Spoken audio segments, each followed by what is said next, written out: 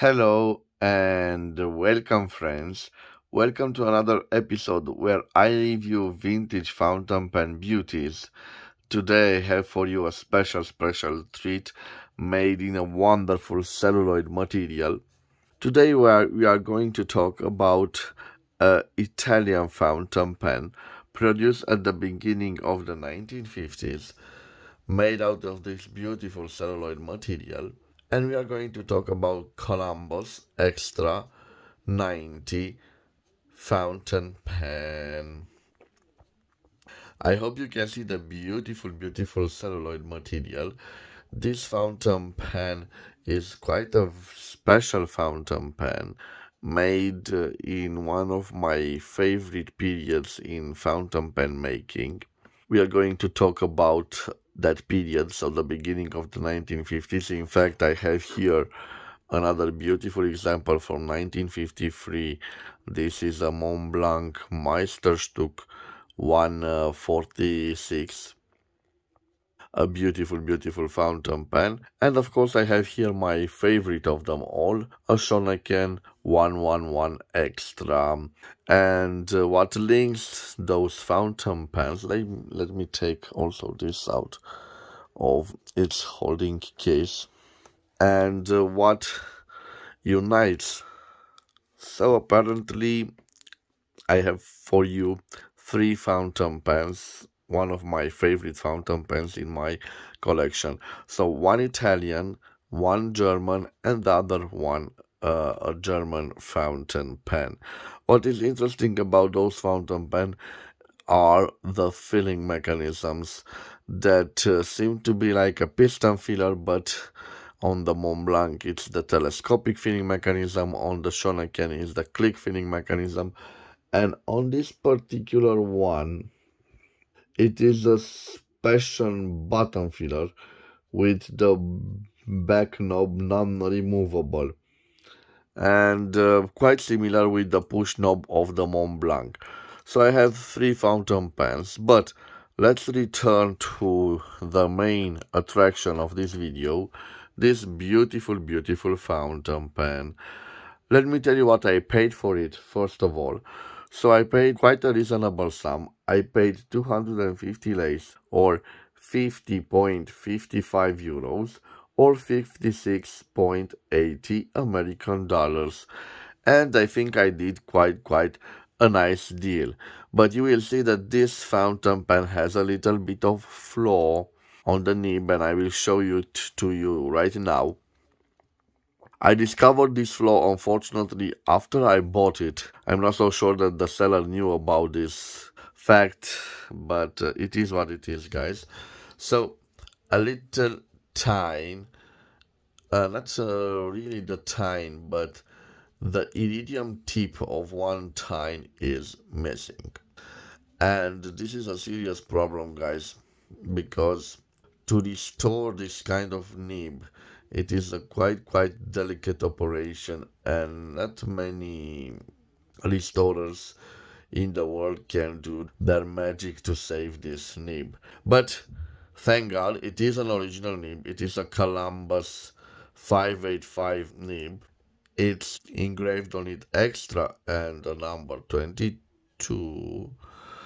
And definitely it is the original nib of this fountain pen. Unfortunately, guys, you will see that the writing sample will be quite impossible to do, because having this configuration, it will definitely scratch the paper, and I'm not so sure that the ink flow will be sufficient to provide a writing sample. So who is Columbus, guys? Well, Columbus is one of the oldest Italian manufacturers, and as you see on this quality of material, it is an important Italian producer. Let's talk about the history of this great company. Actually, it was started all the way back in 1918 when two brothers, Eugenio and Alfredo Verga, formed a company in Milan specialized in stationery items, fountain pens, nibs, ink, and other products. They also, in the same year, in 1918, they crafted their first pen, a black ebonite pen they called Columbus Safety Pen Number 1. This was heavily influenced by the design of the German producer back then. In fact, most of the parts were delivered from Germany and were assembled in Italy, but were sold at reasonable prices. Of course, in time, the company was inspired also by the design of famous American producers at that time. And in time, the models were followed by more valuable gold-plated items, which enhanced the prestige and standard of the Columbus brand. At the end of the 1920s, the partnership between the two brothers ended, but Eugenio continues the business, and he finds new materials such as celluloid and creates new charging systems. And it even patents the lever filling system as well as the reversible syringe filling mechanism. Unfortunately, the Second World War was quite bad for the business because the Allied bombers destroyed the Milan factory, and all that could be rescued was moved to Lessa by 1948. But after 1948, the company was brought back to its full production capacity, and it delivered new models with high quality and, again, reasonable prices. Unfortunately, in 1957, the founder died, so Eugenio Verga died, and he left the company in the hands of his son Enrico. But Enrico had to manage the company in hard times because of the competition made by the rising of the ballpoint pen. So the fountain pen market was quite in a crisis. This model that you see in front of you, this series, Columbus Extra 90,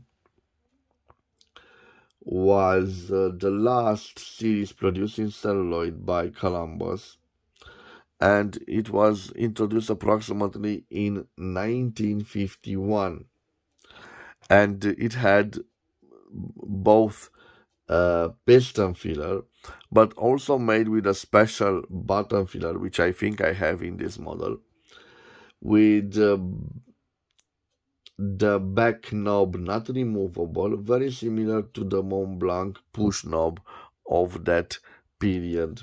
Interesting, unfortunately, the beautiful production of the celluloid was abandoned in the late 1950s, and it was replaced with the use of cheaper molded plastic and the production of Houdini bottles and other cheap plastic pens intended for the student market or for the low-end market. So the company entered in a period of decline, but it comes a revival period in 1992 when both the brand and the factory were sold to Santara, a new company led by Raoul France. And based of Raoul's experience and passion for the writing instruments, he searched new materials and unique finishes, and he paid attention to the evolution of the customer's demand. So he introduced a wide and diverse range of products, and those products were quite received by the Italian market, with the Progetto line in 1997 and the Scriba line in 2007. So it's a good thing when you see pedigree, uh, old Italian brand saved nowadays. Of course, in my opinion, the beauty of the models from the 1930s, 1940s, and 1950s are unique. And although I told you and I showed you on the screen some models that resemble German or American made models, it's something about the Italian models that made them quite unique. So starting from a popular model, let's say designed in America, the Italians made quite work of art. As you can see, this beautiful pen in front of me.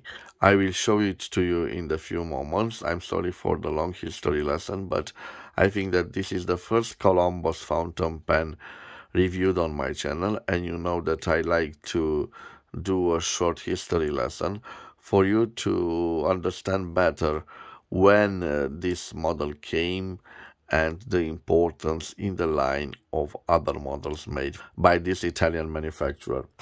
In fact, I like so much this celluloid motif that I also own a knife. You can see it, similar material. And I must say that I fell in love with the celluloid. If on the Mont Blanc is quite simple, a black celluloid, you can see the beautiful celluloid of the Shonaken. And again, guys, I thought that it would be interesting to show you some interesting filling mechanisms. I think they were developed first time to avoid the accidental turning of the turning knob. So practically the turning knob has two stages of operating it. I must confess, I'm not so sure about this model. I'm not so sure it fails, but I will try to open it for you guys. Maybe you can give me some points in the comment section. Again, I'm sorry about the nib. I will try to write with it, guys. But first, let me show you some details of this wonderful model. First of all, like all celluloid models from that time, you can see here in this lighting this thin base of the cap, and you must be careful, guys, because this is a quite fragile part, and when you drop the cap you could ruin it quite easy. This is a nice cap. It has a breathing hole here and another one here, as you can see. The beautiful shiny of this material, it has those gold plated trims which were plated in a high quality of gold because they are not scratched, and in fact this plating lasted quite long. The clip is stiff, but I think it does its job. It ends in this conic shape, the same material, wonderful celluloid material. The cap screws in and it reveals this simple grip section, which I believe is made also of a black celluloid material. I like the concave ending of the grip section. It gives quite a nice grip, certainly inspired by the German models of the 1950s. And of course I love the open nib. You already seen the Columbus engraving 585 14 karat extra and the number 22 right there.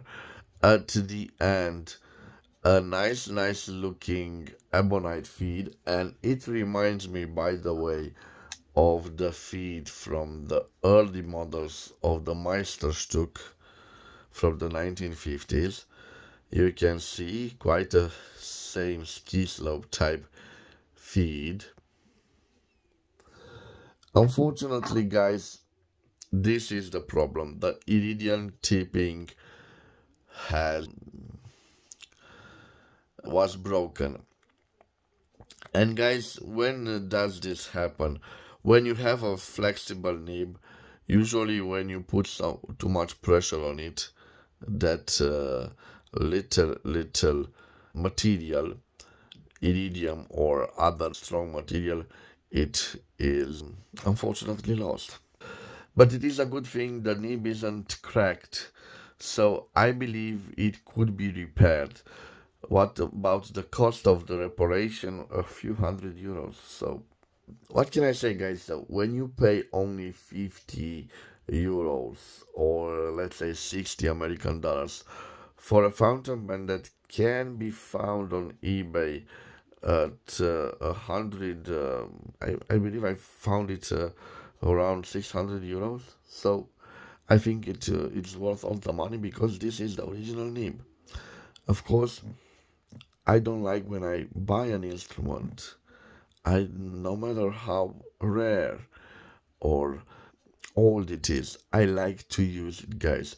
And this is a big step down for me. Of course, when you find a damaged nib, but it is the original nib, don't do the sacrilege of removing the nib and replacing it with other nib. Even if you find a Columbus nib, no. Try to repair the old one. This is my advice to you guys. The beautiful engraving. You can see Columbus Extra 90 and a registration number, I believe, a trademark, DEP 23247. The Columbus Extra was the high-end range of Columbus back in the early 1950s, and also we have another bigger version of this, and I will leave some pictures of that line on the screen. Now let me show you this. So this is quite interesting for me. I think it does like this. It's strange, quite strange. Let me see if I can. Yes, this can be removed, and it has two parts here, and I'm not so sure what they do. So definitely a strange looking piston with two stages of operation. I'm not so sure if it's functional, and I won't try to test it today. But instead, I will try to dip to just put some ink on this nib and to see if I can make it right. But before I do that step, guys, let me put it side by side with our fountain pens, and also I have a modern fountain pen. So this is the Columbus, this is the Mont Blanc from 1953. This is the beautiful Shoneken 111 Extra. I will leave it here. And next to them, I have a modern fountain pen, also a 146 Meisterstück, but this one is from 1983. So it's a little bit longer than its brother, let's say, from 1953. Let me show them to you side by side, guys, for you to make an idea. Of course, our Columbus Extra 90 is more of a ladies pen. It's quite small, but with a beautiful material. I will also leave the dimensions of our fountain pen on the screen, and after that I think I will try to use it. I don't want to use a classic ink. Instead I will use a modern Faber-Castell pink erasable ink. So I will put this here. Before I will do the writing sample, I will change the angle of the camera, guys. Okay, I have returned. This is the beautiful pen. This is the nice ink, Faber-Castell pink. I will give it a little shake. So guys, remember, I will use this pen only deep. It can be posted, guys, but remember I told you about plastic on plastic and this little fragile section. So maybe it would be better for you to leave it right here and to try and use it like this. Okay, now I am dipping it in ink, and let's see if I can do something with it. So this is, fortunately guys, you can see this is quite hard to write with, so I'm sorry for this. I'm really sorry. Definitely this nib was quite a flexible nib back in its days, and now it needs a little care. Of course, I can use another fountain pen, and maybe I will use the Mont Blanc one. Again, the Mont Blanc, I will use it also as a deep pen. I hope it is not contaminated with other type of ink, but just for show, let me write something about this Italian beauty. So this is a Columbus 90, and I'm sorry guys, this had some blue ink in it, and it will write as it writes. So a Columbus 90 fountain pen, a beautiful celluloid, made in Italy in the early 1950s. Okay. It is unfair now to compare those two names, but also this beautiful name has a little bit of line variance, which is specific to the 1950s models of that time. I've already shown you the writing sample of this beautiful Mont Blanc. It has an F nib, which is right here on the turning knob, and we can compare the two nibs. Of course, we have a number 6 Mont Blanc nib, and we have this Columbus nib, but judging by the way it ends, if this is an F nib, the Mont Blanc is an F nib. This, I believe, was initially extra fine or a fine nib, the Columbus. They are quite nice. Both of them are 14 karat nibs. You can see the beautiful two-tone color of the Mont Blanc model, and also you can see their similar feels, the similar design of the ebonite feels. I'm sorry again guys that I can't show you a proper writing sample with this nib. I'm not sure that I will find the right doctor for the nib. So this isn't just let's say a misaligned nib. So this really needs to be treated at high temperatures and added that piece that is missing right there. Guys, I hope you've enjoyed this review. I'm sorry that it is not a functional Columbus fountain pen, but believe me, if you have the chance to buy a fountain pen like this, I recommend that you do. especially when you find it in this wonderful, wonderful color. Well, I thank you for your time, guys. I want to wish you to have a wonderful day wherever you are. Please subscribe to my channel to support my activity. I will see you again at the next episode. Till then, bye bye and God bless.